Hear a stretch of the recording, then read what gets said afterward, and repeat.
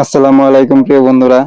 বর্তমানে ফেসবুকে এই ধরনের ছবি খুব ট্রেন্ডিং এ আছে। এই ধরনের ছবি যদি আপনি তৈরি করতে চান, তাহলে প্রথমে আপনাকে যেতে হবে গুগল প্লে স্টোরে।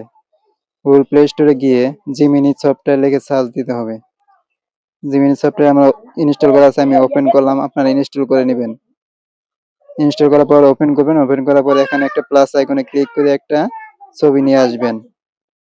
ছবি ইনপুট করার পর একটা প্রম্পট দিতে হবে।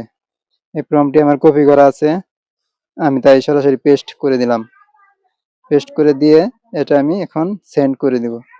সেন্ড করে দেওয়ার পর কিছুক্ষণ অপেক্ষা করতে হবে।